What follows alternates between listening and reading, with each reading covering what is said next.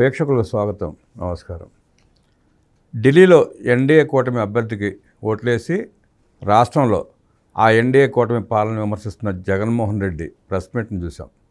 ఆ ప్రెస్ మీట్లో ఆయన మాట్లాడిన మాటల్లో రెండు ప్రధాన అంశాలు. ఒకటి, రైతులకు ద్రోహం చేస్తున్న కూటమి ప్రభుత్వం. రెండు, తాను నిర్మించిన 17 మెడికల్ కాలేజీలని కూటమి ప్రభుత్వం ప్రైవేట్ పరం చేస్తుందంటూ తీవ్రంగా విమర్శించాడు. ఆ విమర్శలు నిజమెంత? అసలు రైతులకు కానీ, మెడికల్ కాలేజీలు కానీ, ఆరోగ్య రంగానికి కానీ కూటమి ప్రభుత్వం చేస్తున్న ప్రయత్నాలు ఏంటి, గతంలో చేసిన ప్రయత్నాలు ఏంటి అడిగి తెలుసుకునే ప్రయత్నం చేద్దాం. విశ్లేషించడానికి మనతో పాటు ప్రముఖ ఆర్థిక, రాజకీయ, సామాజిక విశ్లేషకులు అప్సాన్ రాజేష్ గారు ఉన్నారు. వారిని అడిగి సమగ్రంగా తెలుసుకునే ప్రయత్నం చేద్దాం. నమస్తే రాజేష్ గారు. నమస్కారం. జగన్మోహన్ రెడ్డి ప్రెస్ మీట్లో ప్రధానంగా రైతులకు నేను చేసిన న్యాయం, చంద్రబాబు చేస్తున్న వెన్నుపోటు అంటూ, అలాగే 17 మెడికల్ కాలేజీలు నేను కడితే వాళ్ళ ప్రైవేట్ పరం చేస్తున్నాడు, అమ్ముకుంటున్నాడు అంటున్నాడు. పీపీపీ విధానంలో ప్రభుత్వం కాలేజీలు ఇస్తూ ఉంది అంటే పీపీపీ అంటే తెలియక అట్లా అంటున్నాడా, లేకపోతే తెలిసి కావాలని ఆరోపణ చేస్తున్నాడా? అంటే జగన్మోహన్ రెడ్డి గారు ప్రభుత్వంలో జరుగుతున్న ప్రతి అభివృద్ధి కార్యక్రమానికి ఏదో ఒక రకంగా కోడిగుడ్డు మీద ఏకలు బీకే ప్రయత్నం ఆయన వైపు నుంచి జరుగుతుందనేది మనం కొద్ది రోజుల నుంచి చూస్తూ ఉన్నాం. మనం నిజంగానే జగన్మోహన్ రెడ్డి గారి పాలనా హయాంలో 17 మెడికల్ కాలేజీల నిర్మాణం పూర్తయిందా? ఆయన 17 మెడికల్ కాలేజీల నిర్మాణం పూర్తి చేసుండి వాటిల్లో అడ్మిషన్స్ ప్రక్రియ మొదలైపోయి ఉంటే ఇప్పుడు ఎన్డీఏ కూటమి ప్రభుత్వం వాటిని ప్రైవేట్ పరం చేసే ప్రయత్నం చేస్తుందా? మనం గత 2-3 రోజుల నుంచి చూస్తున్నాం. పెనుగొండ జగన్మోహన్ రెడ్డి గారి పాలనా హయాంలో ప్రారంభించబడిన, అంటే నిర్మాణం ప్రారంభించబడిన కాలేజీ ప్రారంభం కాల, పుట్టింగ్ లేసే దశలో ఉంది.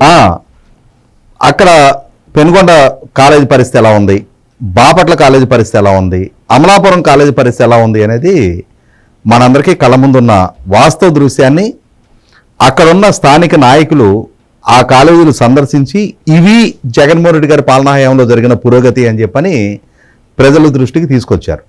అంటే టీడీపీ వాస్తవాలు చూపించే ప్రయత్నం చేసింది. జగన్మోహన్ రెడ్డి ఆరోపించింది ఏంటంటే పాడేరు, పులివెందుల మొత్తం కంప్లీట్ చేశాను, నేను అడ్మిషన్ కూడా స్టార్ట్ చేశాను అంటాడు. అంటే ఇక్కడ గమనించుకోవాల్సింది, జగన్మోహన్ రెడ్డి గారి పాలనా హయాంలో 17 మెడికల్ కాలేజీల కోసం ఆయన ప్రతిపాదనలు సిద్ధం చేశాడు. ఈ 17 మెడికల్ కాలేజీ నిర్మాణం చేయాలి అని అంటే సుమారుగా 8,500 కోట్ల రూపాయల బడ్జెట్ అవసరం ఉంది. ఈ అవసరం ఉన్న నేపథ్యంలో ఆ రోజుల్లో ఆయన కేంద్ర ప్రభుత్వాన్ని అప్రోచ్ అయ్యాడు. మేము 17 మెడికల్ కాలేజీలు ప్రభుత్వ రంగంలో కట్టాలి అనుకుంటున్నాం, మాకు ఆర్థిక వనరులు సహాయం చేయండి అని. కేంద్ర ప్రభుత్వం 3 మెడికల్ కాలేజీల నిర్మాణం కోసం మేము సహాయ సహకారాలు అందిస్తాం, ప్రొవైడెడ్ రాష్ట్ర ప్రభుత్వం కూడా మ్యాచింగ్ గ్రాంటు మీ వైపు నుంచి కూడా కంట్రిబ్యూట్ చేయాల్సి ఉంటుందని చెప్పారు. ఆ సందర్భంలో ఆయన నాబార్డు రుణం కోసం కూడా ప్రయత్నం చేశాడు. నాబార్డు రుణం కోసం ప్రయత్నం చేసిన సందర్భంలో కూడా నాబార్డు రుణానికి కూడా స్టేట్ గవర్నమెంట్ నుంచి matching grant, state government component పెట్టుబడి పెట్టాల్సిన అవసరం ఉంది. అంటే 3 కేంద్ర ప్రభుత్వం నుంచి సహకారంతో 3 నాబార్డు రుణంతో నిర్మాణం చేయాలి అని చెప్పని ప్రయత్నం చేశాడు. అవుట్ ఆఫ్ 17 మిగిలిన 11 కాలేజీల పరిస్థితి ఏంటి అంటే అవి అగమగోచరమే, పేపర్ల మీదే ఉన్నాయి. ఈ 6 వీటి నిర్మాణాలు కొనసాగించారు. అందులో 5 ఒక సర్టెన్ ఎక్స్టెంట్ వరకు పూర్తయ్యాయి. వాటిలో ప్రాపర్ ఎక్విప్మెంట్ లేదు, ప్రాపర్ ఫ్యాకల్టీ లేదు. అయినా సరే కేంద్ర ప్రభుత్వం నుంచి సీట్ల కేటాయింపు చేసుకొని అడ్మిషన్ ప్రక్రియ మొదలుపెట్టారు. అలాగే వీటికి అనుబంధంగా హాస్పిటళ్ల నిర్మాణం పూర్తి కాల, డాక్టర్ల నియామకం జరగల, ఎక్విప్మెంట్ సపోర్ట్ కానీ హ్యూమన్ రిసోర్సెస్ కానీ నియామకం జరగల, ఇన్ఫ్రాస్ట్రక్చర్ క్రియేషన్ జరగల. అంటే ఒక అసంపూర్తి, ఎలా అయితే మొన్న ఎన్నికలకు ముందు వెలుగొండ ప్రాజెక్టు నిర్మాణం పూర్తి కాకుండానే, టన్నెల్ నిర్మాణం పూర్తి కాకుండానే, లైనింగ్ ప్రక్రియ పూర్తి కాకుండానే, కాలువ లైనింగ్ ప్రక్రియ పూర్తి కాకుండానే నేను జాతికి అంకితం ఇచ్చేస్తున్నా అని చెప్పని ఇంకొక 3,500 కోట్ల రూపాయల పనులు పెండింగ్ ఉండగానే ఆర్భాటంగా ఎన్నికలకు ముందు ప్రకాశం జిల్లా మెట్ట ప్రాంత రైతాంగాన్ని మభ్యపెట్టే ప్రయత్నం చేశాడో, ఆయన ఎంత మభ్యపెట్టే ప్రయత్నం చేసినా వాస్తవ దృశ్యం ఏంటనేది కళ్ళ ముందు ఉన్న నేపథ్యంలో ప్రకాశం జిల్లా ఆ మెట్ట ప్రాంత రైతాంగం కూడా ఎన్నికల్లో ఏ తీర్పిచ్చారో చూసాం మనం. ఇప్పుడు కూడా అదే ప్రయత్నం చేశాడు ఆయన. అడ్మినిస్ట్రేషన్ బ్లాక్, రంగులేసిన అడ్మినిస్ట్రేషన్ బ్లాక్ 2-3 ఫోటోలు చూపించి క్లాస్ రూమ్లో 4 బెంచులు చూపించి ఇదే నా అభివృద్ధి అంటాడు ఆయన. అందుకనే ఇవాళ ప్రజలకు ఒక స్పష్టత ఉంది. ఇవాళ ఎన్డీఏ కూటమి ప్రభుత్వం ముందున్న కర్తవ్యం ఏంటి? ఆ కాలేజీల నిర్మాణ కళ సాకారం కావాలి. ఆ సాకారం కావాలి అన్నప్పుడు ఇవాళ ప్రభుత్వ ఆధ్వర్యంలో నిర్మాణం చేయడానికి కావాల్సిన వనరులు లేనప్పుడు ఇవాళ హైవేలు పబ్లిక్ ప్రైవేట్ పార్ట్నర్షిప్తో అమలు జరుగుతూ ఉన్నాయి. ఇవాళ రీసెంట్గా ఒక జర్నలిస్ట్ ఒక ఆయన చీ ఛ థు అని చెప్పని ప్రభుత్వాన్ని, ఈ జగన్మోహన్ రెడ్డి గారి ప్రచారాన్ని తప్పుపడుతున్న మీడియా సంస్థలను కూడా ఈ విధమైన పరుష పదజాలంతో చేస్తున్న విమర్శలు చూస్తున్నాను నేను. అదే జర్నలిస్టు చెప్పాల్సింది ఏంటి అంటే, ఒకప్పుడు దూరదర్శన్ ఉండేది, దూరదర్శన్ మాత్రమే ఉండేది. మరి దూరదర్శన్ మాత్రమే ఉండాలి అని కనుక ప్రభుత్వ రంగంలో మాత్రమే ఉండాలి అనుకుంటే ఇవాళ ఇన్ని ఛానల్స్, ఇవాళ యూట్యూబ్లో కూడా ఇన్ని రకాల ఛానల్స్, ఆ ఛానల్స్ ద్వారా ఆ సోకాల్డ్ జర్నలిస్ట్ లాంటి వ్యక్తి ఉపాధి పొందగలుగుతున్నాడు అనంటే, తన అభిప్రాయాన్ని ప్రజలకు ప్రచారం చేయగలుగుతున్నాడు అనంటే, మరి దూరదర్శన్కి మాత్రమే ఆ గుత్తాధిపత్యం కొనసాగాలి అని కనుక ప్రభుత్వ పాలసీ అయ్యి ఉంటే ఇవాళ ఇవన్నీ సాకారం అయ్యుండేయా? అంటే తాను జర్నలిస్ట్గా చాలామంది కావడానికి తనకు ఒక ఛానల్ కావాలి. దానికోసం ప్రభుత్వం ప్రైవేటు రంగాన్ని కూడా ప్రోత్సహించే పాలసీస్ కావాలి. కానీ ప్రభుత్వం దగ్గర వనరులు లేకున్నా ఇవాళ ఆర్టీసీ మాత్రమే ఇవాళ పబ్లిక్ ట్రాన్స్పోర్టేషన్ ప్రొవైడ్ చేయగలుగుతుందా? అదే వాళ్ళు వినిపించాడు పొద్దున. ఆర్టీసీ మాత్రమే పబ్లిక్ ట్రాన్స్పోర్టేషన్ ప్రొవైడ్ చేయగలుగుతుందా? ఇవాళ ప్రైవేట్ రంగంలో ఎన్ని బస్సులు, ఎన్ని సర్వీసులు నడుస్తూ ఉన్నాయి? ఆర్టీసీలో 11,000 చిల్లర ఉంటే ప్రైవేట్లో 40,000 చిల్లర ఉన్నాయి. ఇవాళ ఆఖరికి విమానాలు, ప్రభుత్వ రంగంలో ఎన్ని విమానాలు ఉన్నాయి, ప్రైవేట్ రంగంలో ఎన్ని విమానాలు నడుస్తూ ఉన్నాయి? రోడ్లు, విద్యతో సహా. వీళ్ళ నాయన రాజశేఖర రెడ్డి గారు ఆయన 2004లో ముఖ్యమంత్రిగా పదవి బాధ్యతలు చేపట్టే నాటికి చంద్రబాబు నాయుడు గారి హయాంలో 350 కాలేజీల స్థాయికి ఇంజనీరింగ్ కాలేజీల సంఖ్య చేరింది. వీళ్ళ నాయన ముఖ్యమంత్రి అయినాక వాటిని 780 సంఖ్యకి చేర్చారు. అంటే 430 ఇంజనీరింగ్ కాలేజీలకి అదనంగా వీళ్ళ నాయన పర్మిషన్ ఇచ్చారు. ప్రైవేట్ ఆ 430లో not even a single college government కాలేజీ, అన్ని ప్రైవేట్ రంగంలోనే. మరి 430 కాలేజీలు అనుమతులు ఇవ్వటం ద్వారా ఇంజనీరింగ్ విద్యని ప్రజలకు చేరువ చేసిన పాలకుడుగా రాజశేఖర రెడ్డి గారు ఉన్నారా, లేదు పేదవాడికి దూరం చేసిన పాలకుడు అనుకోవాలా? ఇవాళ ప్రభుత్వ రంగంలో మాత్రమే విద్య లేదు, వైద్యం లేదు, మౌలిక వసతులు లేవు, ట్రాన్స్పోర్టేషన్ లేదు. ప్రజలు మెరుగైన సౌకర్యం కావాలనుకుంటున్నారు. ఒకనాడు బిఎస్ఎన్ఎల్కి పరిమితమైన టెలిఫోను ఇవాళ ప్రతి వ్యక్తి 2-3 ఫోన్లు చేతిలో పెట్టుకొని తిరుగుతూ ఉన్నారు. ఆ సర్వీస్ ప్రొవైడర్లు ఎవరు? మెరుగైన సౌకర్యం కావాలనుకుంటున్నారు. ఇవాళ సర్వీస్ ప్రొవైడర్ల ఇంటర్నెట్ ఉండగా ఇవాళ ప్రైవేట్ ఇంటర్నెట్ ఆపరేటర్లు ఎంతమంది ఇవాళ సర్వీస్ ప్రొవైడర్లుగా ఉన్నారు? కాబట్టి ఇక్కడ ప్రజలకి వీలైనంత ఆప్షన్ ఎక్కువ కోరుకుంటా ఉన్నారు. ఇటువంటి సందర్భంలో పబ్లిక్ ప్రైవేట్ పార్ట్నర్షిప్ వద్దు అంటున్న జగన్మోహన్ రెడ్డి తాను ముఖ్యమంత్రిగా 2023 జూలై 19వ తారీఖు రోజున జీవో నెంబర్ 107 ఇష్యూ చేసిన మతలబ్ ఏంటి? ఆ జీవోలో ఏమని మెన్షన్ చేశాడు? ఈ కాలేజీల నిర్మాణం కోసం బ్యాంకులను లోన్ కోసం అప్రోచ్ అయ్యాడు. బ్యాంకులు పరిగణలోకి తీసుకోవాలా.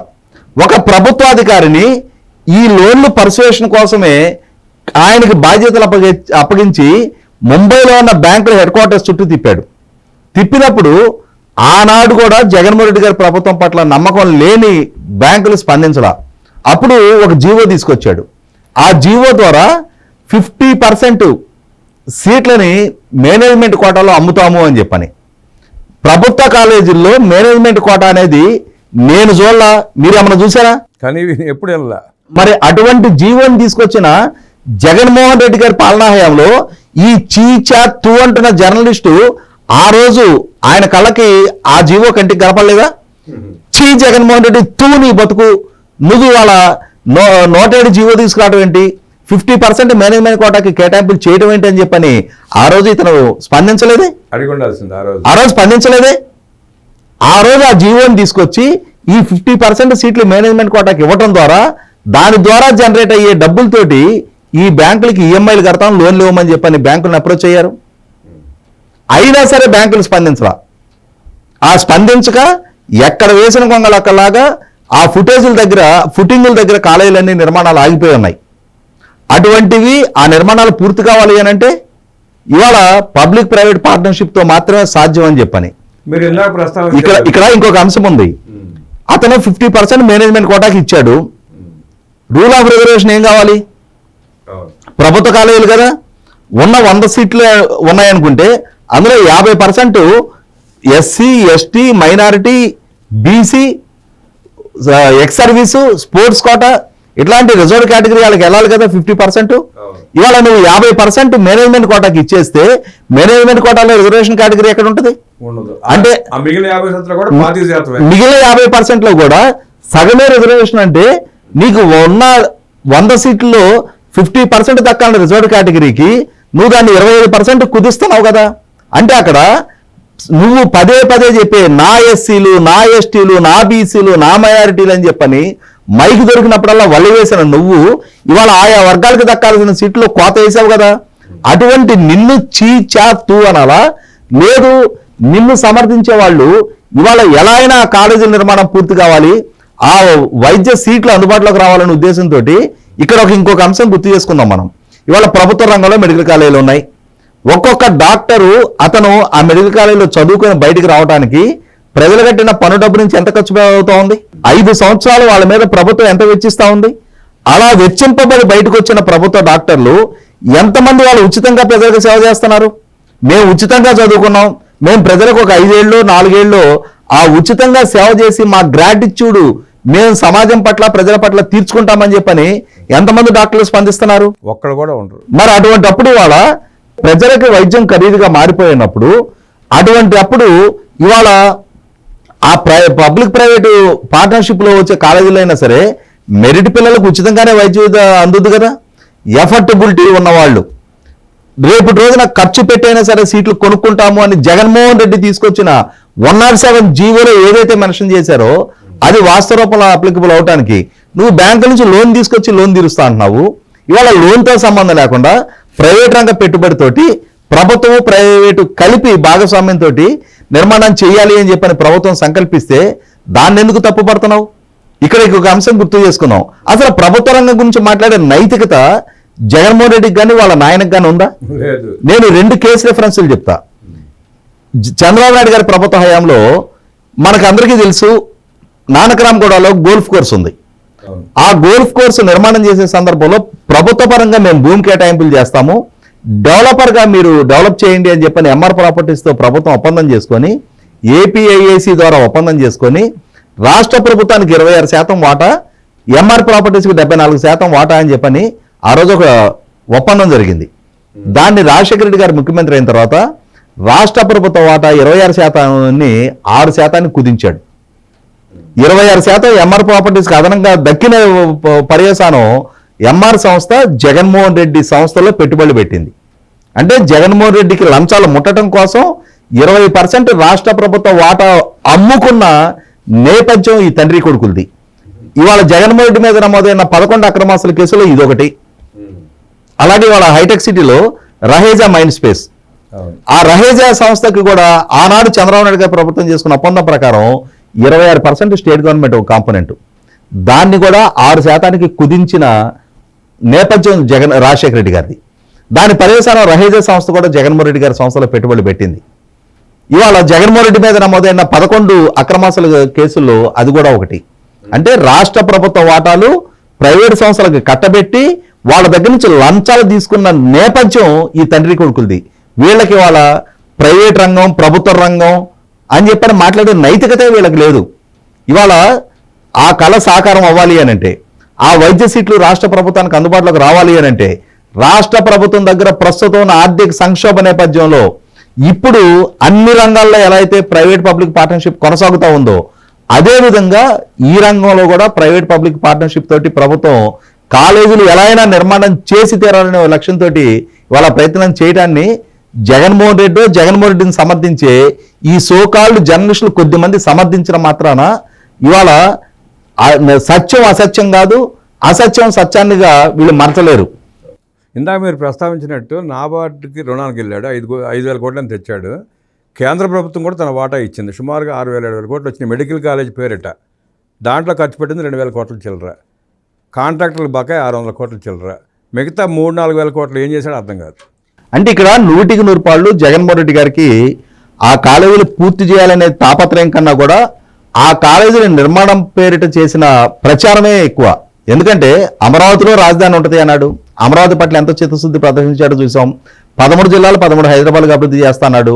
వీళ్ళ నాయన హయాం నుంచి కడప స్టీల్ ప్లాంట్ దగ్గర నుంచి లేపాక్షి నాలెడ్జ్ హబ్ దగ్గర నుంచి ప్రతి ఇష్యూని ఒక స్కామ్గానే మలుచుకొని దాని నుంచి వీళ్ళు ఎలా లబ్ధి పొందాలని చెప్పని చూశారు తప్ప రాష్ట్రం పట్ల కానీ, ప్రజల పట్ల కానీ, యువత పట్ల కానీ, యువత భవిష్యత్తు పట్ల కానీ కనీస మాత్రపు చిత్తశుద్ధి ప్రదర్శించని నాయకులు ఈ తండ్రి కొడుకులు.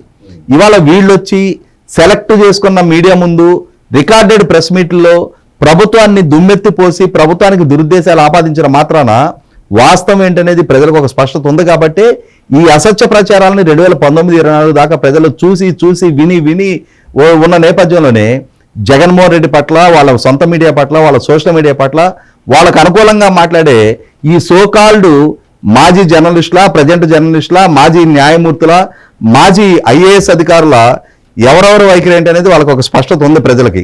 కాబట్టి ప్రజలని మరీ మభ్యపెట్టగలని చెప్పని జగన్మోహన్ రెడ్డి అన్నా సరే 2019 నాడు ఏమారిన ప్రజలు ఎల్లకాలం ఏమారటానికి సిద్ధంగా లేరనేది వాస్తవం. ఇంకొక అంశం ప్రస్తావిస్తూ రైతు భరోసా కేంద్రాలు పెట్టి రైతులు మేము కాపాడాం, రైతులకు అండగా నిలబడ్డాం, మా పాలనలో రైతులు కళకళలాడారు. చంద్రబాబు నాయుడు వచ్చినాక ఆ రైతులు కుదేలయ్యారు. రైతులకు న్యాయం చేయని చంద్రబాబు నాయుడు బావిలో దూకి తావడం పెట్టనట్టు మాట్లాడాడు. ఇక్కడ ఒక అంశం ఏంటంటే జగన్మోహన్ రెడ్డిలో ఉన్న ఫ్రస్ట్రేషను, అంటే తన ప్రత్యర్థిగా ఉన్న చంద్రబాబు నాయుడు గారి వాళ్ళ రాష్ట్ర ముఖ్యమంత్రిగా ఉన్న తనకి ప్రధాన ప్రతిపక్ష హోదా కూడా దక్కని దుస్థితిలో ఇవాళ కనీసం శాసనసభ సమావేశాలు కూడా హాజరు కాలేని ఒక దీనావస్థలో తను ఉండిపోయాను అని చెప్పని ఆ ఫ్రస్ట్రేషన్ ఆయనలో ఉంది. ఇవాళ కొన్ని కీలకమైన అంశాలు మాట్లాడుకుందాం. వ్యవసాయానికి ప్రధానంగా కావాల్సింది నీరు. జగన్మోహన్ రెడ్డి గారి పాలనా హయాంలో ఇరిగేషన్ రంగానికి ఆయన చేసిన కేటాయింపులన్నీ, ఆయన పాలనా హయాంలో ఏ ప్రాజెక్టుల పురోగతి ఏ స్థాయిలో జరిగింది, ఏ స్థాయిలో రైతాంగానికి ఏ ప్రాజెక్టుల పూర్తి ద్వారా ఏ స్థాయి నీటి లభ్యత దక్కింది అనేది ఒక స్పష్టత ఉంది. 68,000 కోట్ల రూపాయలు 2014-19 మధ్యకాలంలో చంద్రబాబు నాయుడు గారి హయాంలో ఇరిగేషన్ రంగానికి ఖర్చు పెడితే 5 సంవత్సరాలు జగన్మోహన్ రెడ్డి పాలనా హయాంలో 22,000 కోట్లు మాత్రమే ఖర్చు పెట్టాడు అనేది వాస్తవం. 5 కోట్ల రూపాయలు irrigation project, Annamayya project maintenance కోసం నిధులు ఇవ్వని పర్యవసానం ఆ ప్రాజెక్టు బ్రీచ్ అయిపోయి ఎంత ప్రాణ నష్టం సంభవించింది, ఎన్ని గ్రామాలు ఇసుక మేటలు కప్పబడ్డాయి అనేది కళ్ళ ముందున్న వాస్తవం. అదే సందర్భంలో ఆయనకి అండగా నిలిచి బలంగా మారిన రాయలసీమలో అక్కడున్న కొద్దిపాటి నీటి వనరులు సద్వినియోగం చేసుకోవాలి అని చెప్పని చంద్రబాబు నాయుడు గారి ప్రభుత్వం అక్కడ ఆ కొద్దిపాటి నీటి వనరులు సద్వినియోగం చేసుకోవటం కోసం డిపార్ట్మెంట్ ఆఫ్ హార్టికల్చర్ ద్వారా 15 లక్షల ఎకరాలకి 90% సబ్సిడీతో డ్రిప్ పరికరాలు ఇస్తే 5 సంవత్సరాల జగన్మోహన్ రెడ్డి పరిపాలనా హయాంలో ఆ పథకాన్ని అటకెక్కించి అక్కడ రైతాంగం పట్ల ఎంత నిర్లక్ష్య ధోరణి ప్రదర్శించాడనేది అక్కడ ప్రజలు మొన్న జగన్మోహన్ రెడ్డికి వ్యతిరేకంగా ఇచ్చిన తీర్పు ద్వారా స్పష్టం చేశారు. ఆఖరికి తన నియోజకవర్గానికి నీళ్లు అందించే గండికోట రిజర్వాయర్ పూర్తయి ఉన్న, రిజర్వాయర్లో నీళ్లున్నా డిస్ట్రిబ్యూటరీ నెట్వర్క్ ఏర్పాటు చేసి తన నియోజకవర్గ రైతాంగానికి నీళ్లు పారించని అసమర్థ పాలకుడిగా జగన్మోహన్ రెడ్డి వాళ్ళ చరిత్రలో నిలిచిపోయాడు. అదే సందర్భంలో ఇవాళ 2014-19 మధ్య చంద్రబాబు నాయుడు గారి పాలనా హయాంలో 26,000 మంది రైతులకి రైతు రథం పేరిట సబ్సిడీలో ట్రాక్టర్లు ఇచ్చారు, హార్వెస్టర్లు ఇచ్చారు, రోటవేటర్లు ఇచ్చారు, బేలర్లు ఇచ్చారు, తైవాన్ స్ప్రేయర్లు ఇచ్చారు, టార్పాలిన్ షీట్లు ఇచ్చారు, మల్చింగ్ షీట్లు ఇచ్చారు. 5 సంవత్సరాలు జగన్మోహన్ రెడ్డి పాలనా హయాంలో రైతాంగానికి అగ్రికల్చర్ మెకనైజేషన్ కోసం ఇచ్చిన పరికరాలన్నీ ఎంత బడ్జెట్ కేటాయించారు, ఎంతమంది రైతులకు లబ్ధి చేకూరిందో ఆ స్టాటిస్టిక్స్ ఒకసారి బయట పెట్టమనండి. వ్యవసాయ రంగానికి చంద్రబాబు నాయుడు గారు ఏ ప్రాధాన్యత ఇచ్చారు, జగన్మోహన్ రెడ్డి ఏ ప్రాధాన్యత ఇచ్చాడనేది ప్రజలకు ఒక ప్రూవెన్ ఫ్యాక్టర్. 2019 నాడు జగన్మోహన్ రెడ్డి చేసిన ఈ అసత్య ప్రచారాల ప్రభావంతో మోసపోయిన ప్రజలు జగన్మోహన్ రెడ్డిని గెలిపించారు. కానీ ఒక 5 సంవత్సరాల పాలకుడిగా ఆయన పాలనా తీరు చూసిన తర్వాత, ఏ రంగాలకి ఏ స్థాయి ప్రాధాన్యత ఆయన ఇస్తున్నాడు అనేది చూసిన తర్వాత దశాబ్దాల తరబడి వీళ్ళకి అండగా బలంగా నిలుస్తున్న కడప జిల్లాలో కూడా మొన్నటి ఎన్నికల్లో 3 స్థానాలకి జగన్మోహన్ రెడ్డిని పరిమితం చేశారు. ఇంకా జగన్మోహన్ రెడ్డి తన పాలనా హయాంలో బ్రహ్మాండం బజగోవిందంగా పరిపాలన జరిగింది, చంద్రబాబు నాయుడు గారి పాలనా హయాంలో రైతాంగం వంచనకు గురవుతుంది అని చెప్తా ఉన్నాడు. 2019 ఎన్నికలకు ముందు 12,500 రూపాయలు తాను రైతు భరోసా పేరిట ఇస్తాను అని చెప్పాడు. అటువంటిది కేంద్ర ప్రభుత్వం ఇచ్చే 6,000తో సంబంధం లేకుండా తానే 12,500 ఇస్తానన్నాడు. కానీ వాస్తవ రూపాయలకు వచ్చేటప్పటికి 7,500 మాత్రం తానిచ్చి కేంద్ర ప్రభుత్వం ఇచ్చిన 6,000తో కలిపి 13,500 మాత్రం తాను ఇవ్వగలిగాడు. ఇది ప్రజలకు ఒక స్పష్టత ఉంది.